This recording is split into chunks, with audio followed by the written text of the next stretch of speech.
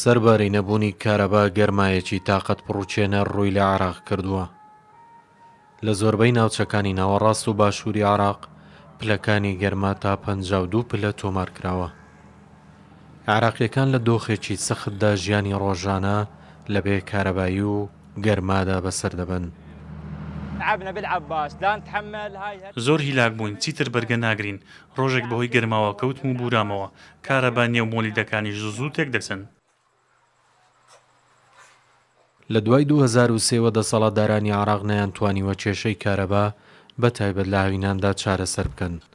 چەندین وەزیری کارەبا لە حکوومەتەکانی پێشوو دەستیان لە کار کێشاوەتەوە یان دوور خراونەتەوە.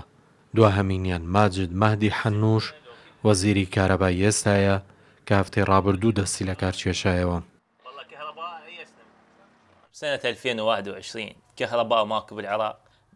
ئێمە لە ساڵی 2021 داین کەچی کارەبا لە عێراق نییە. لە کاتێکدا پلەی گەرمی 50 پلەی تێپەڕاندووە. منداڵی ساوە و کەسانی بەتەمان بەهۆی گەرماوە مردوون.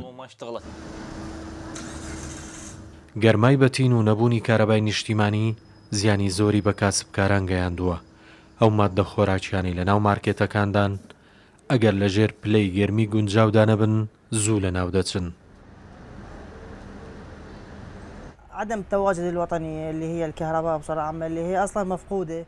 بەهۆی نەبوونی کارەبای نیشتیمانی زۆرێک لە کاڵاکان لەناو دەچن، بەتایبەت ئەو مادانە لە ناو ساتکەرەوەدا دەندرێن لە گۆشت و خۆراک و بەرهەمە سوپاییەکان.